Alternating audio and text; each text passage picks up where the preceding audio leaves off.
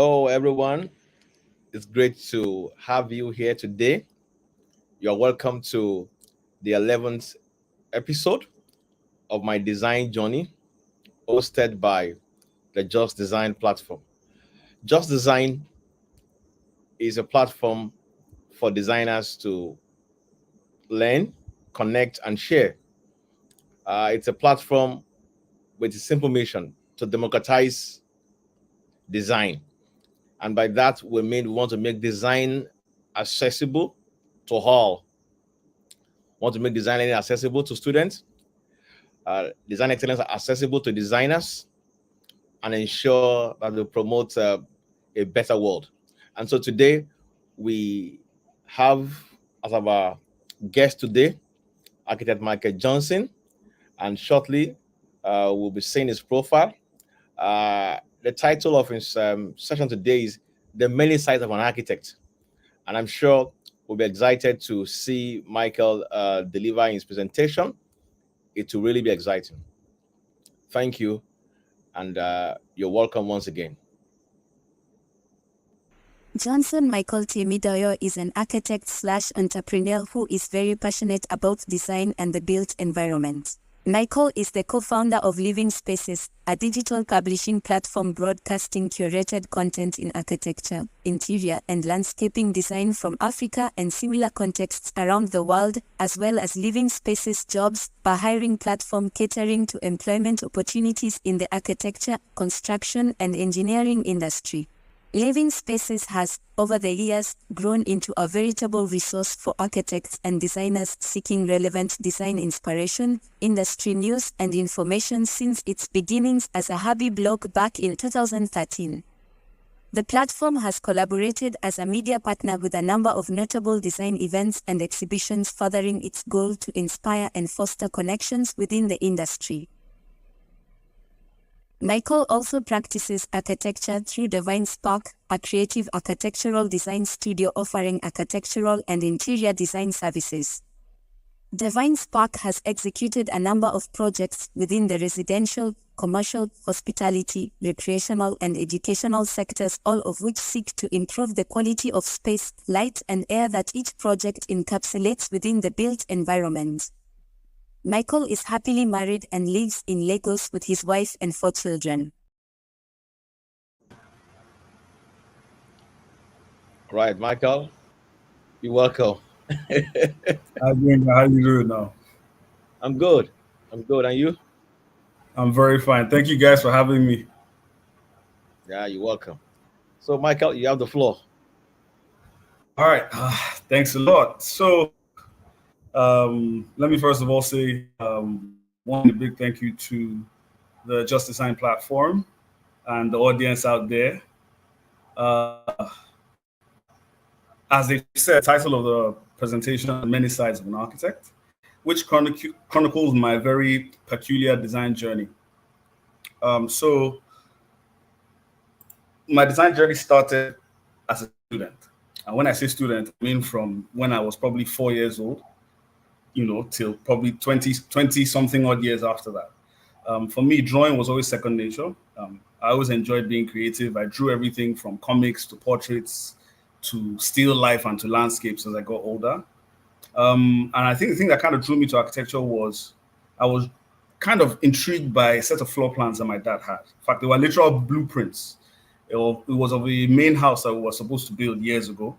And I always used to sit and look at them. And that kind of spurred my interest in, studying architecture. So all of that kind of made architecture a natural choice for me. And of course, going to CU was a very unique experience because, like the slide says, it was very experimental because we're not just the first set of architecture students, we were literally the first set of students for the institution. So it was almost like an experiment, kind of, but in a good way.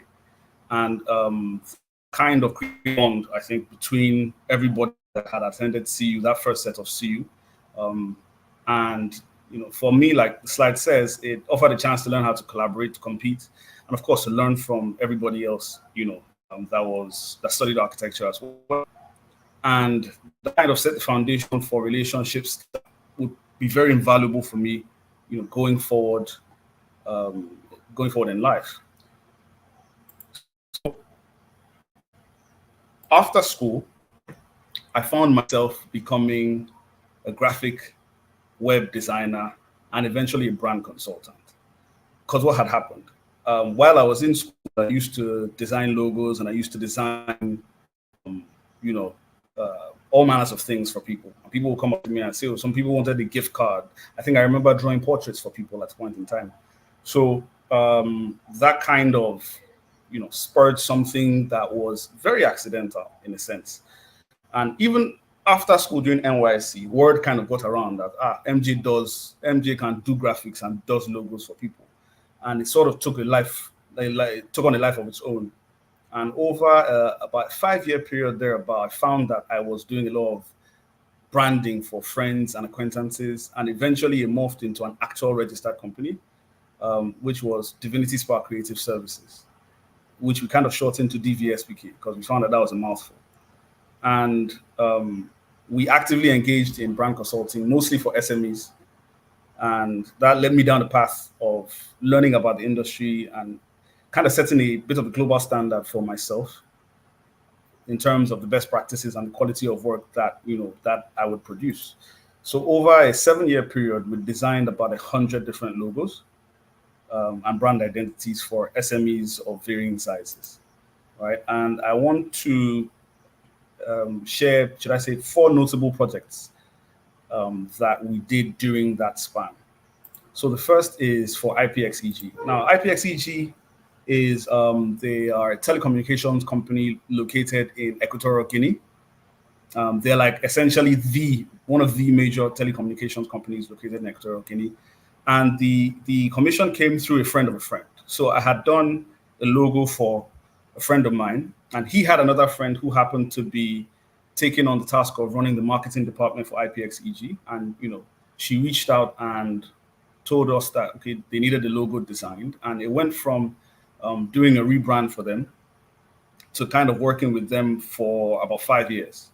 So from 2013 up until 2018, we were on a retainer with IPXEG, and we basically handled their branding throughout that period of throughout that 5 year period. Right? And it was a very rewarding experience because it was the first international gig we had done. This was like the first major client, and it was across the shore, and opened up our eyes to a lot of things. The second project I want to share is ArchiBuilt. So we worked with ArchiBuilt for about years, and it started from them needing a flyer. And it's funny because this project also came through a friend of mine that had reached out to somebody in NIA, or somebody in NIA had reached out to him and said, I'm looking for someone that can help me design a flyer for ArchiBuilt. So it was just intended to be a flyer. And after having a bit of a robust conversation, it turned into us branding the entire event, right? And we did that from 2013, 2014, and 2015. And we also handled some more work for them after that period of time. The third project I'd like to share is for Comic Republic.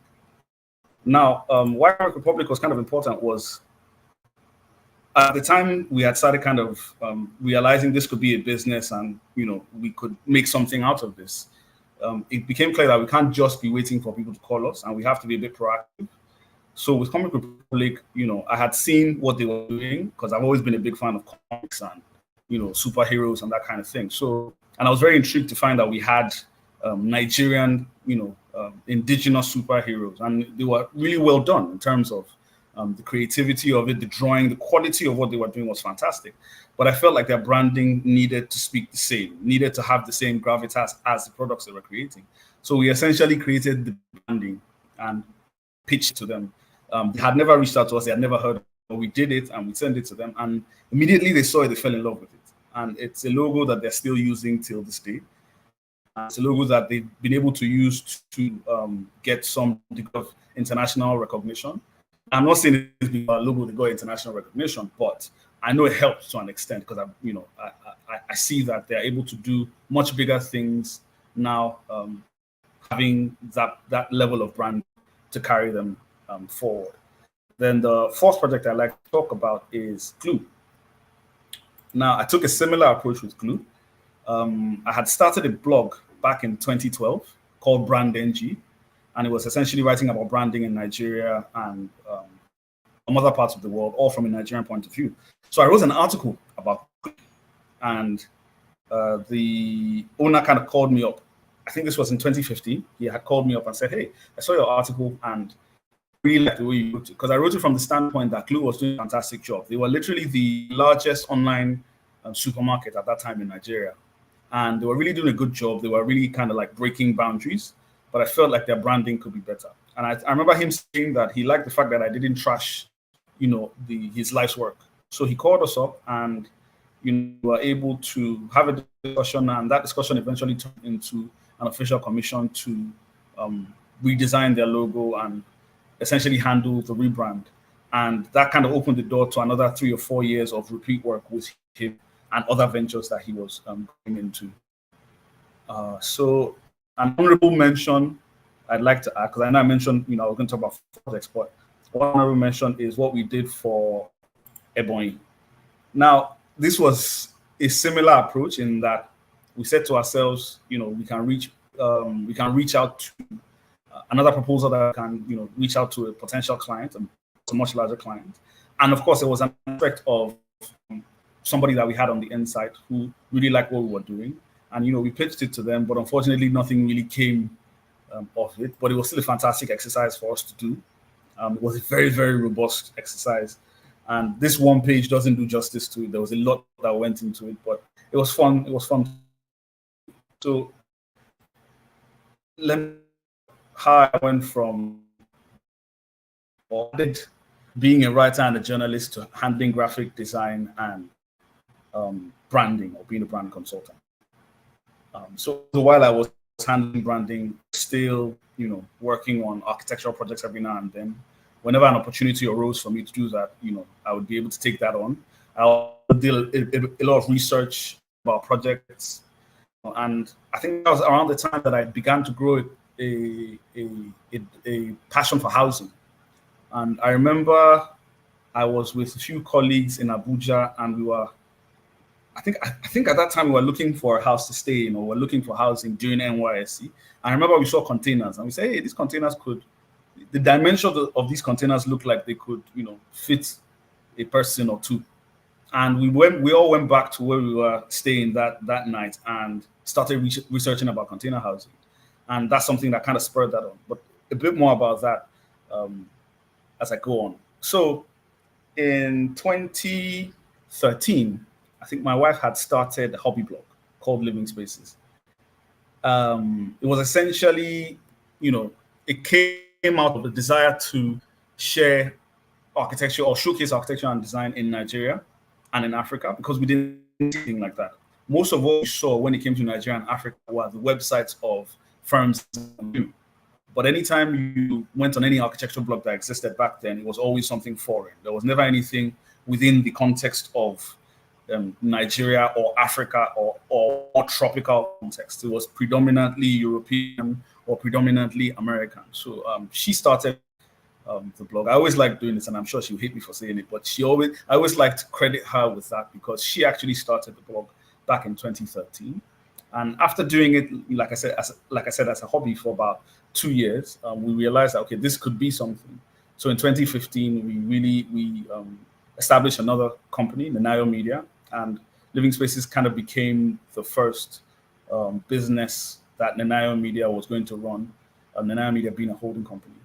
And since then, Living Spaces has gone on to be a multifaceted network of digital platforms that handles publishing, hiring, and also sourcing as well. So since we started tracking our analytics back in 2015, we've published over 2,000 projects. We had I think we have on an annual basis about 120,000 users that generate about 250,000 page views a year. Then about 2017 was around the time that we saw a need for a hiring platform within Nigeria. And that was when we set up Living Spaces Jobs. And since then, we've handled hiring for about 50 companies, 50 and counting. And, we've helped hundreds of candidates, get hired in the industry. We've also worked as media partners with local and international industry exhibitions. we've helped push, some of their campaigns, both locally and internationally. And that was a big, should I say, was a big deal for us, because here we were sitting in Nigeria and we were getting this global recognition that we didn't realize that we were getting. So that kind of gave us that a bit of confidence boost that we could keep, going. And I think one of the things about living spaces that has one thing living spaces has allowed me to do is explore more of my passions around architecture. The various aspects of architecture has really opened my eyes to, what's going on outside of just Nigeria or Africa, and what other architects are doing around the world to solve problems using architecture, especially the housing. I've been able to get an inside look at a number of projects, housing projects, container housing, tropical housing, social housing, affordable housing, and so much more. And that has really broadened my scope. Even for me as a designer, it's kind of opened me up ideas or approaches I probably wouldn't have considered originally. And that has kind of, shaped how I do things when it comes to design nowadays. And with regards to living spaces jobs, one thing that did for us also was kind of open up our eyes to some of the challenges with architecture in Nigeria.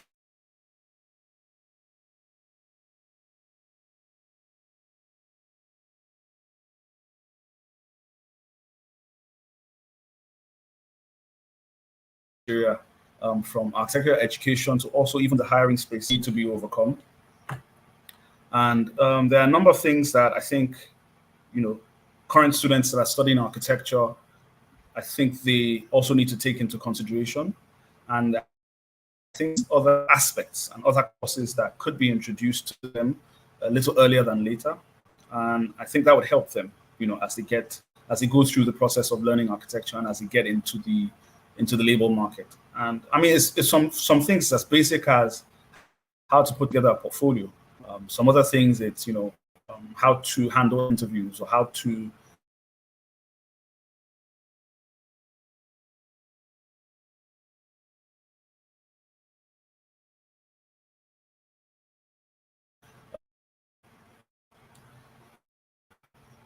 So yeah, I mean, while we were setting living spaces, we were still also doing living spaces. There were those architecture projects that would come every now and then, and that we will work on. And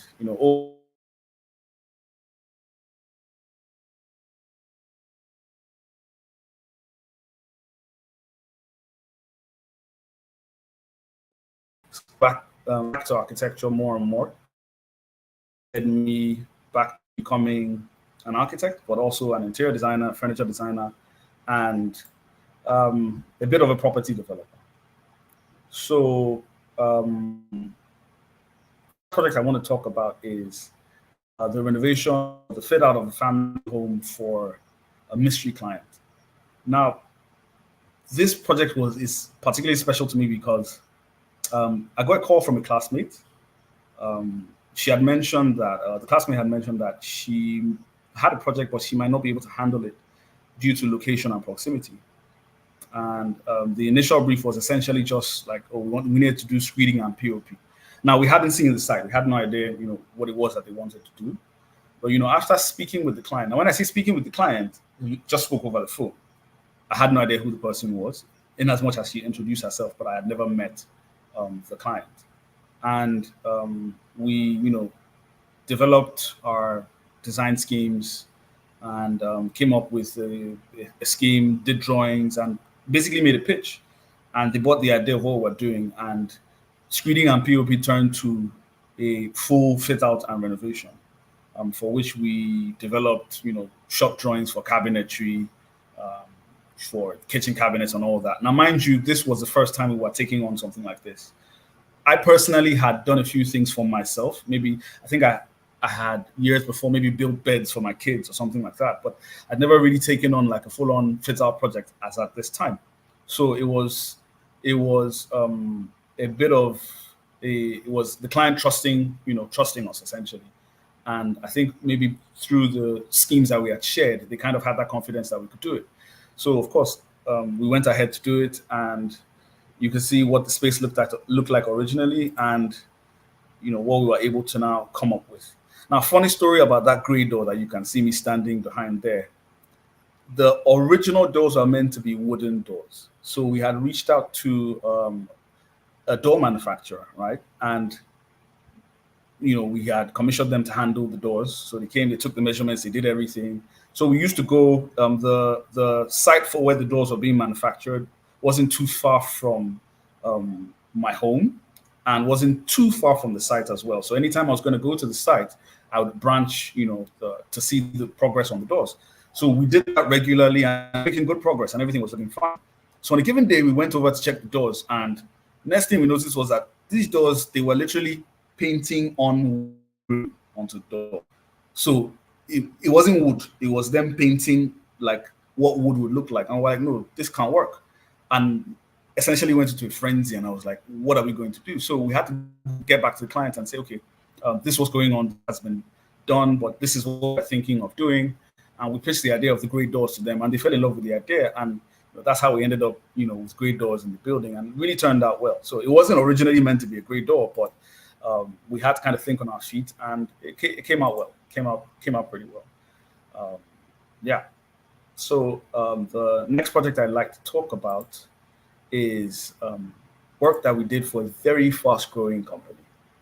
Now, in 2021, we got a brief through a mutual contact that they were trying to develop. It's a financial services company. They were trying to develop a modular bank using shipping containers, right? So the idea was, okay, how can we turn shipping containers into like a modular bank that we can deploy across the country to both urban and rural settings? We came up with the design, but the issue was cost and logistics were very prohibitive. So they got back to us, and the idea, kind of evolved into, okay, how can we build local flat pack kiosks using local materials? So we essentially came up with like a kit of parts of the materials that we're going to use, that were all locally available and not essentially inexpensive, not too expensive. And we came up with designs of how that was going to work, how it's going to be assembled. We did a whole lot of details, just like the ones you're seeing on the screen, of how it was going to work. And I think we were able to the cost came to around about between 600,000 and 700,000 naira a unit at that time. And we did the design, we sent it to them, and they were very happy with it. And in fact, I think we were supposed to build a model. We were supposed to test run it and build a few models, but we didn't hear back from them after that. So we chalked it up to, okay, maybe they just weren't ready. Then shortly after that, not so much shortly, a few months after that, I think back in 2022, they reached out to us and said, hey, we've kind of grown much faster, and the kiosk and container idea is not going to work out again. Rather, we want to design 40 different spaces across Nigeria. So this was going to be 40 what they called state offices across the country. And they wanted us to come up with a brief, and basically it fits out of what the spaces were going to look like. So as you can see on screen, there were all sorts of floor plans. And the way the process was we had people that would serve the spaces, take the measurements, send them to us.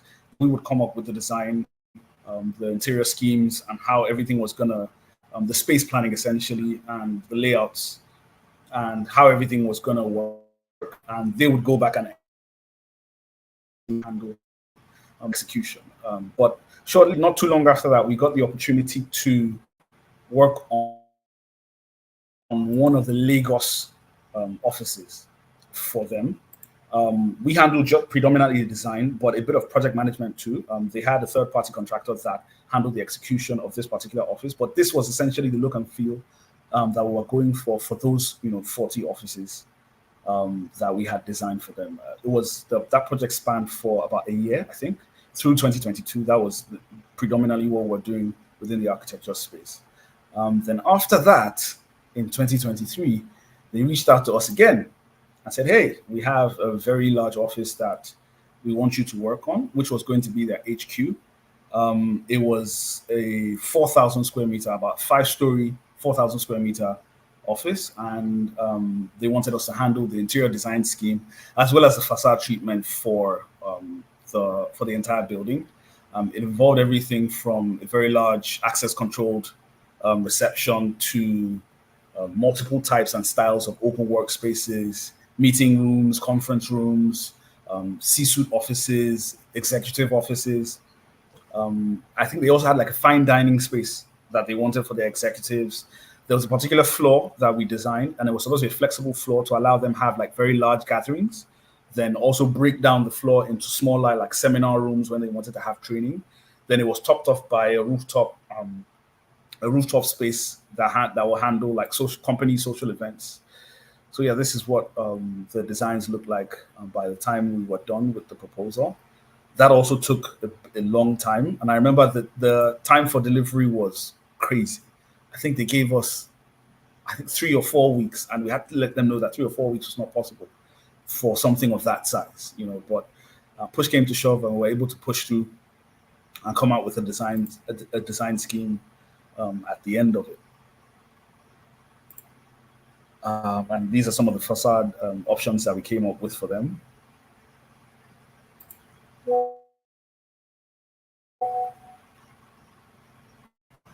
And it was a very interesting process, very, very tasking, if I say so myself. But it was actually very rewarding. It was literally the largest, most complex brief that we've handled to date. So after that, or should I say not necessarily after, while we were working on that or around the same time, I've always been one that always kind of looks ahead. So I said to myself that, yeah, this is good. We have a big project with a fast-growing client, but we have to start thinking about what if there are no clients, and what if clients begin to dry up.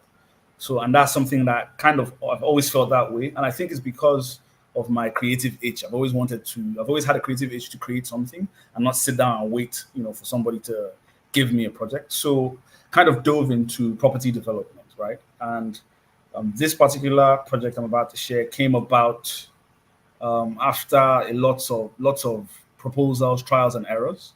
But eventually we found a plot and a landowner that really liked what we were doing and what we were trying to do. And it was 1,000 square meter plot. And we were able to develop 7 terrace units. And this is basically a model unit of what one of the terraces was going to look like. It was 3-bedroom terraces with a BQ, each of them topped with their own rooftop garden.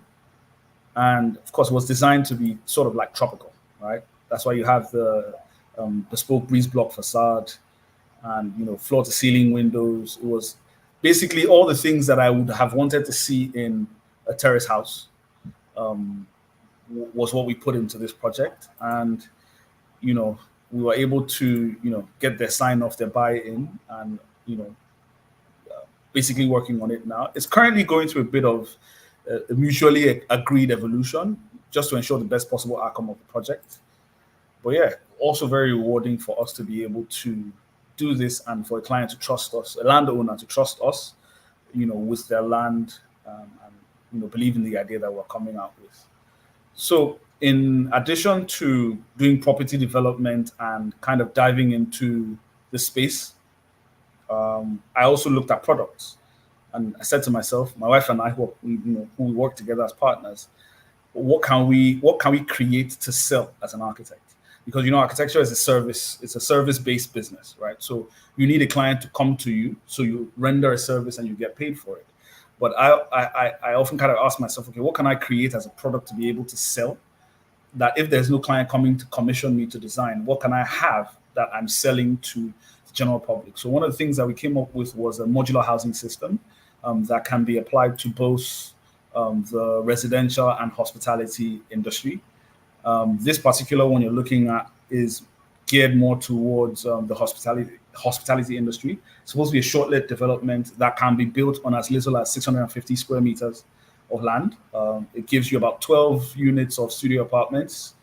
And based on the numbers we ran when we came up with the idea, I think we came up with that was last year, 2023. You could be able to get a 40% ROI on a development like this with about, I think, 50 to 60% occupancy. of the units. And this particular model was something that was very intriguing to the people that we've spoken with, potential investors and the potential people that we're looking at working with. And it led us to something that we've been working on for a long time. But I want to give you a little bit of a sneak peek because it's coming out. We'll be launching it maybe like in the next couple of weeks thereabout. And it's a modular housing product, essentially. You could call it like an ADU. And what it is people can literally, if you have land, you can buy this and build it while you're trying to build the main house that you've envisioned for yourself. And it's, I don't want to call it affordable housing because affordable is a very, should I say, relative term. What's affordable to Dangote may not be affordable to, regular Jews like us. So I'd rather call it modular housing, but it's designed to be within reach, not luxury in any way or form. But yeah, this is a sneak peek at what it's going to look like when we're done. There are about 3 models, but this is the first of 3 models. And very soon we should be sharing that with the public. But I decided to give you guys a sneak peek at what it would look like going forward. So yeah, I've spoken a lot about things that we've done and accomplished, and it seems like it's been smooth sailing and we've had no hiccups or no issues. But the truth is, it hasn't been without its challenges.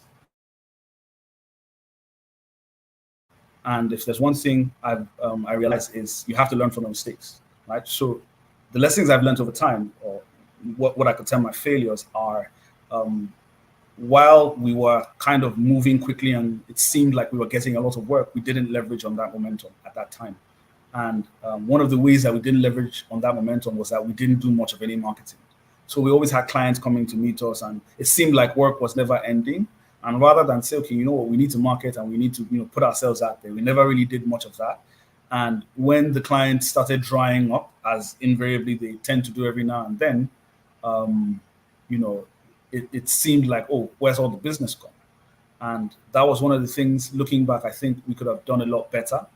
And we could have spent a bit more time thinking about that, which is ironic when you think about the fact that we're running Living Spaces, a platform that essentially helps architects market themselves, which is the irony there.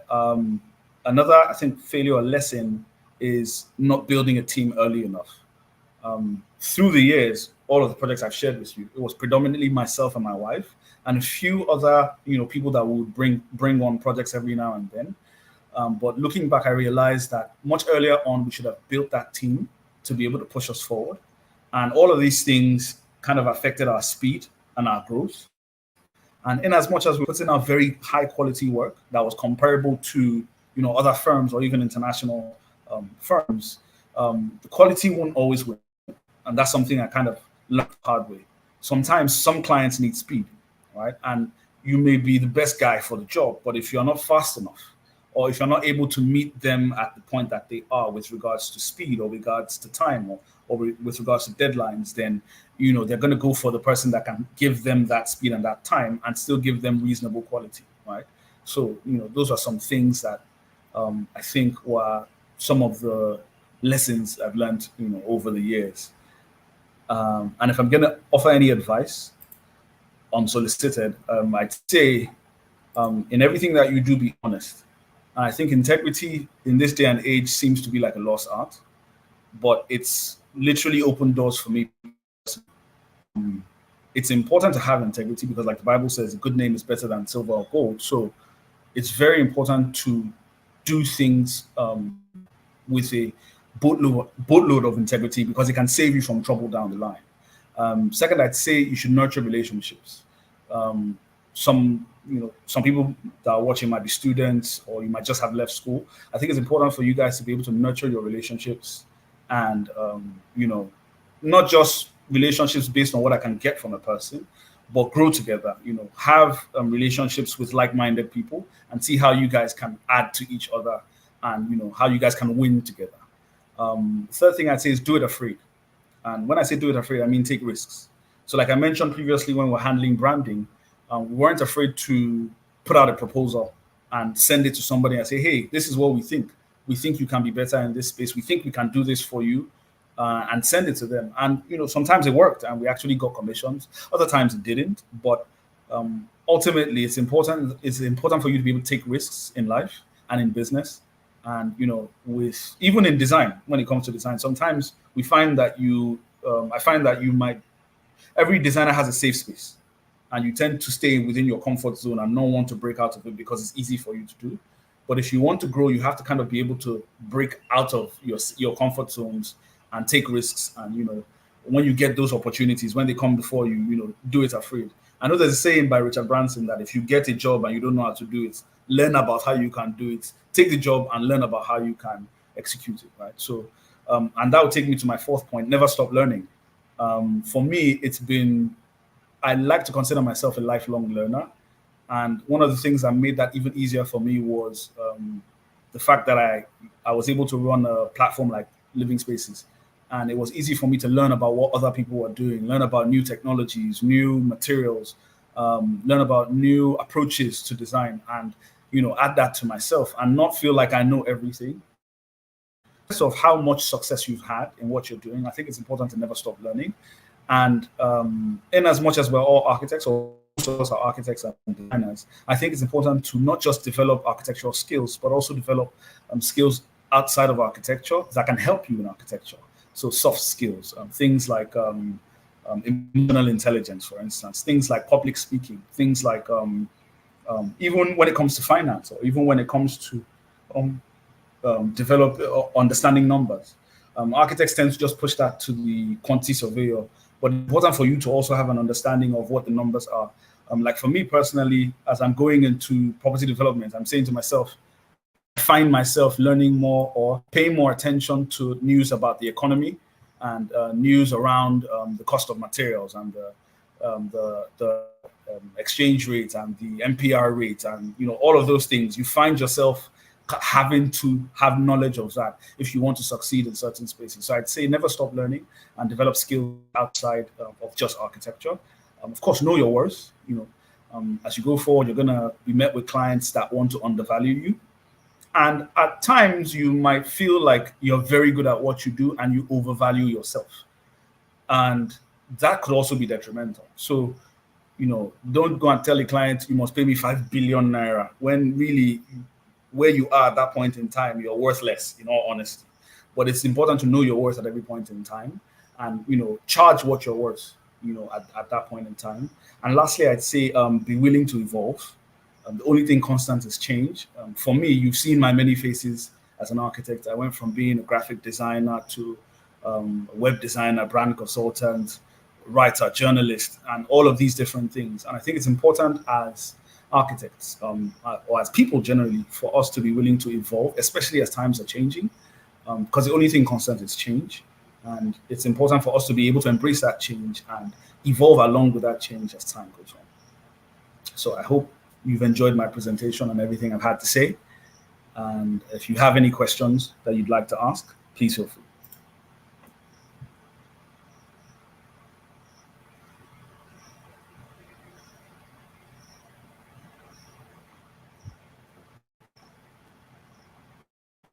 Okay, so a question from my boy himself, architect Muamola Kuye, and he asks, with regards to hiring architects, what key factors would I, as a fresh architectural graduate, need to keep in mind during any interview, knowing that I don't have work experience? So what I found is a lot more employers are looking more at skills than experience now, because experience doesn't always equal skills. And so one of the most common that we hire for currently is architect / 3D visualizer. And a lot of the time is about skills of that person, right? So in as much as you may not have work experience, if you have good skills that you can showcase in terms of design, in terms of rendering, in terms of space planning, in terms of all of the things that any firm would value, I think you should, because you don't have experience at that time, it's important to be able to put that at the forefront and say, okay, look, these are the things I can do. I remember an interview I went for at ACCL, years ago. And on my resume at that time, I developed skills. Use AutoCAD, I could use Revit, I could use Photoshop. I could use about 6 or 7 different softwares. And I remember one of the architects on the panel asked me, "Are you some kind of genius that you could do all these softwares?" And I could back it up because we were tested. And I could actually show that, yeah, I have the ability to use the skills. Now, I don't know if that was the reason or singular reason why I got hired at the time, but I know it made an impression to them that this guy has, a good number of skills. So I'd say, to answer that question, I think the skill side for a fresh architectural graduate is probably the most important for you because you don't have that work experience. And along with the architectural skills, have, should I say, the soft skills as well. Know how to speak, know how to get your point across, know how to carry yourself, know how to present your work, right? So it's not just about, oh, I can do fine renderings. If you can do fine renderings, but you have no sense of time management, or you have no sense of all of these other things, then it kind of devalues the skills that you have. It's important to have those additional soft skills to go with the technical skills as well.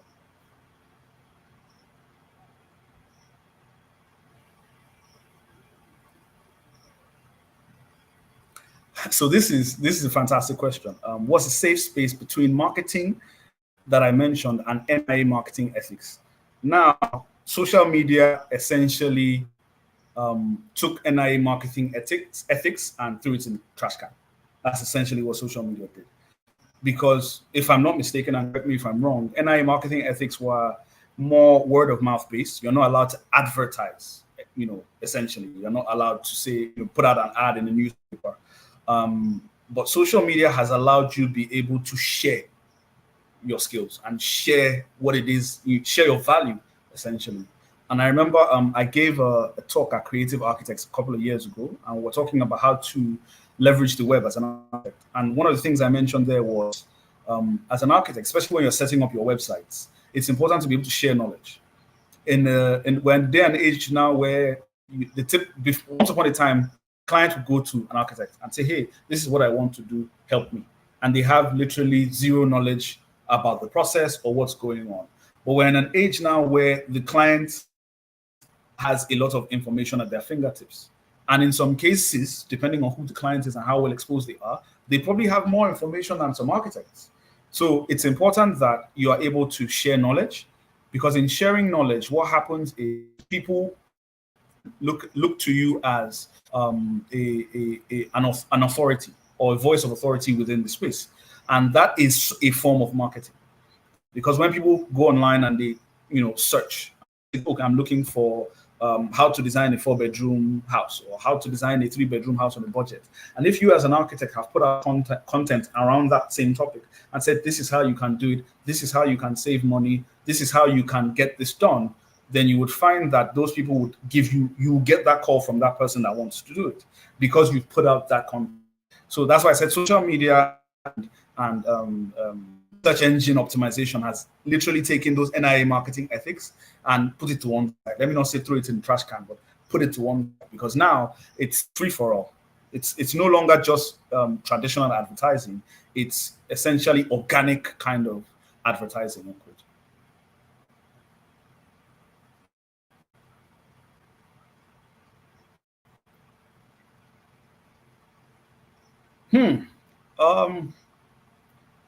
What part of my architectural training added or aided my writing / journalism and branding journey? So I can't say the architectural training did it. What I can say though is because I think I was naturally creative, and the things I was exposed to when I was much younger. So my dad was a computer scientist, and he used to do a lot of training around Word and PowerPoint. He used to handle training for companies, for IBM, and all sorts of things. So I've kind of always been around, some of those things, right? And I've always been creative. I mean, when I was in school, I did everything from drawing to rapping to music to, at the point in time, at university, I was even starting a magazine back when I was at university. So I've kind of always had that naturally. And I think I just tapped into it a bit. It wasn't so much the architectural training, that kind of allowed me be able to do that. But on the branding side, I'd say yes. I'd say to an extent. So it's funny you mentioned it. Back when we were in school, and MK being that you're the one asking this question. Remember when we used to do panels? When initially when we started, everybody was trying to draw their regular title box, and along came some certain people that I won't mention their name, but some certain people that came up with crazy ideas for their panel. They would, on top of the what you call it, the cardboard or the eggshell cardboard, and all of those things. I think all of those things kind of they were part of the things, open as to you can do things this way. And another thing for me when it came to branding, and this may sound crazy, but I really enjoyed watching ads on CNN years ago. CNN always had these very nice different ads of different places and different companies, and those things always struck a chord with me. So all of these things together, I think, added or aided me in that journey for me. But that's why I spoke about things that we've noticed in the hiring space. I think these are things, like you rightly mentioned, that it would be important for them to be taught to students to an extent in terms of writing. And why I say that is because, so for all the projects that we've ever received out from outside the country, we receive what we call press packs. And it's literally everything that we need to know about the project. It's written out, all the details, it's properly put together along with images and drawings, and that's packaged together. I can't say that I can count on one hand the number of local firms, and even in Africa, that we've received press packs from. There are some African firms, especially the firms in SA, that send us press packs regularly. But in Nigeria, I can count on one hand, a few fingers even, the number of people that have sent us press packs. That's because the skills are not exploited. I don't want to say the skills are not there, but exploited. And there are only a few people that maybe understand it's important for you to do it, and there are people that try to harness it. I think everybody has it to an extent, some people more than others, but I think it's something that should be part of architectural education in Nigeria, teaching you how to write about your project, because essentially you're the one designing it. You have to be able to, you're the best place to write about it, not a third party. So I think that's part of what should be, it should be part of the curriculum for architectural education, along with a bit more detail when it comes to photography and and things of that nature.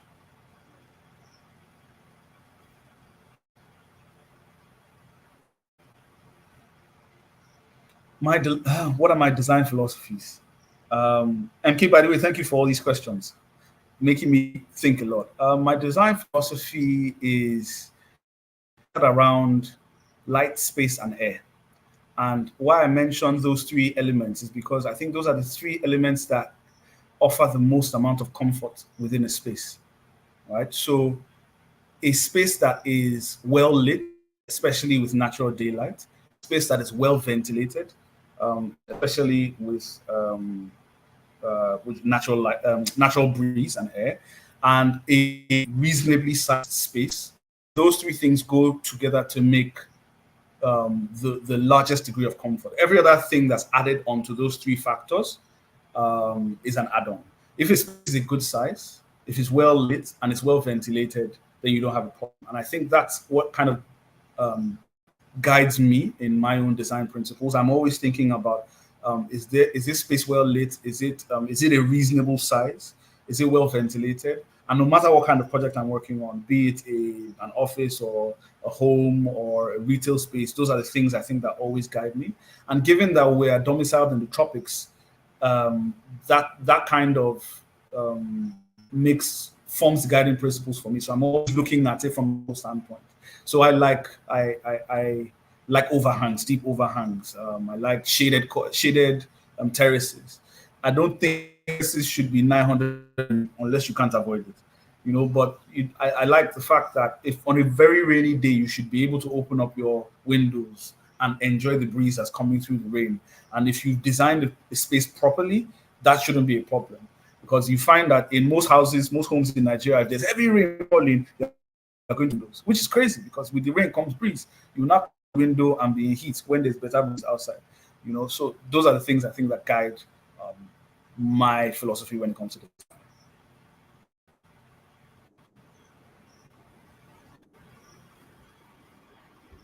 All right.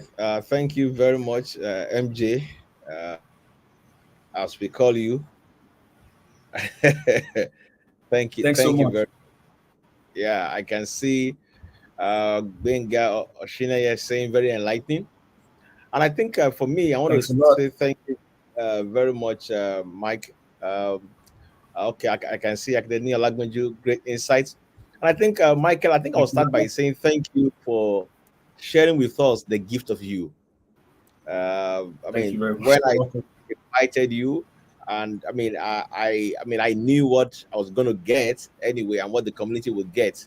I mean, I want to say thank you very much, Michael, for the journey. I mean, your journey is very inspiring. You know, when I saw your presentation, I told you that your work will inspire our community, and I think not just our community, a body of designers, globally. And for me, particularly, if a few things in your journey has been the fact that I think one word can describe you. You are restless. And of course, I mean, Yeah, I feel about that's you've been accurate. restless. Yeah, I mean, for me, I would like to describe your person and your work with just one word: restless. You've been restless, creative, and that restlessness has helped the creativity. So I want to say, well done Yeah, for your journey and for your work. And I think for me, a couple of things that we can also learn from your journey is the fact that you were on the offensive. That is, you weren't always waiting for the bourgeois to come and engage you. Okay, you knew you had a product which is designed to sell to the world, and you looked for opportunity to sell them, and by engaging clients, in branding and all that. And I think for me, that's commendable. For me, that's like one major stroke that designers can use to break the back of unemployment. I mean, we live in yeah, a time where the economy is interesting. I'll put it that way. yeah, Both locally and globally. And so, you know, a designer, an architect, being able to be inventive, innovative, not waiting for the clients to always come, but there's something you can offer. And in your case, you found that in branding, you found that also in your writing endeavors. I've read I'm an avid reader, of your blog. Thank you for featuring some of our projects on your blog. Thank you're you very for welcome. giving our work, publicity. I think about 2 or 3 times now. First edition of the work. Yeah, yeah, Thank you. yeah, Thank you very much. 2015 and I think about 2021 thereabout. Thank you very much. But for me, yeah. it's like the fact You're that very welcome. an architect, you know, by that concept of the architect is a universal designer. It's not just a designer of Mm, houses, and that's a mm, misconception that most designers have, that an yeah, architect is trained to design just houses. No, an architect is a universal yeah, designer. He can design literally anything. And that's why I'm glad that if you see architects who have gone into interior design, they are doing well at it. Those who went to fashion yeah, are good at it because the design yeah, principles, the nuance of design, the user-centric approach to design, that human-centered approach to solving problems is what the designer is all yeah, about. And I think your work has yeah, been able to show that. You have shown that by even yeah, offering employment opportunities for designers, okay, by connecting designers and employers. It's all about solving employers. Yeah, problems. I think your journey has been one that many of us can learn from and be able to see that design, and I put it there, design is not limiting or should not be limiting. Design should rather make you free, which is what you've been able to do. You have allowed that to, to make you free. You're not tied to design of pencils, design of buildings. Rather, you've been able to design several things. Oh, both brands, both buildings, both career for persons, both, creating a writing journal, and I think for me, I want to say thank you. The learning points are great, and I'm sure you're very welcome. I've heard them to learn a lot from it. And of course, like I said, one word just describes you, in my opinion, restless. And I think it's one thing that we can take home today as designers, that if we can imbibe that culture of being restless, we would always find solutions to many problems if we can Mm, just be restless. And that restlessness comes mm, creativity. I mean, I saw yeah, your work on the maybe let me call it maybe the modular housing. Okay, that's a very Okay. fantastic concept, and I think for me, I will say that as design can be commoditized into a product. Oh yeah, You know, definitely.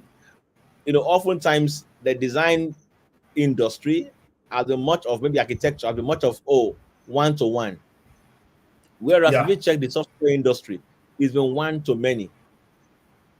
Okay, and exactly. so by you trying to do the modular housing, which is you are commoditizing design, you are making design available to many. It's becoming one to many, not just one to one. And I Exactly. think these are the kind of conversation we need to begin to have if we must shape the future of design and shape the and shape career and shape a better world. That design does not have to only serve the bourgeois, should not only serve one to one, the architect and the client. Oh yes, that's our core training. But in the days of Yeah, disruption, in the days of innovation, yeah.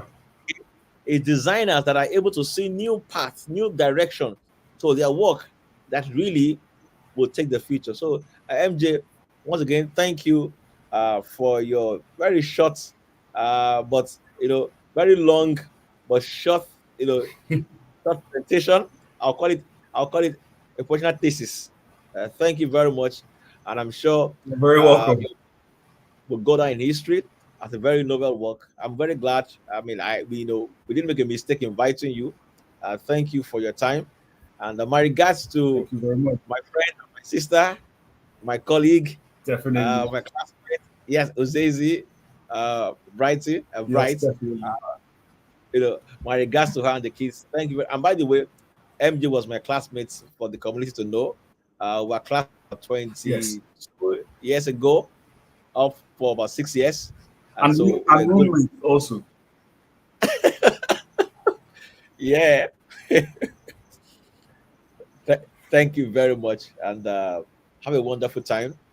And to our audience, thank you for your time. And we hope to meet again next month. We'll share details of the meeting time and the speaker and further details. Thank you very much, MJ. Once again, Thank you very have a much. wonderful time. All right then. All right then. Thank you. Bye. All right. Thank you, Mike.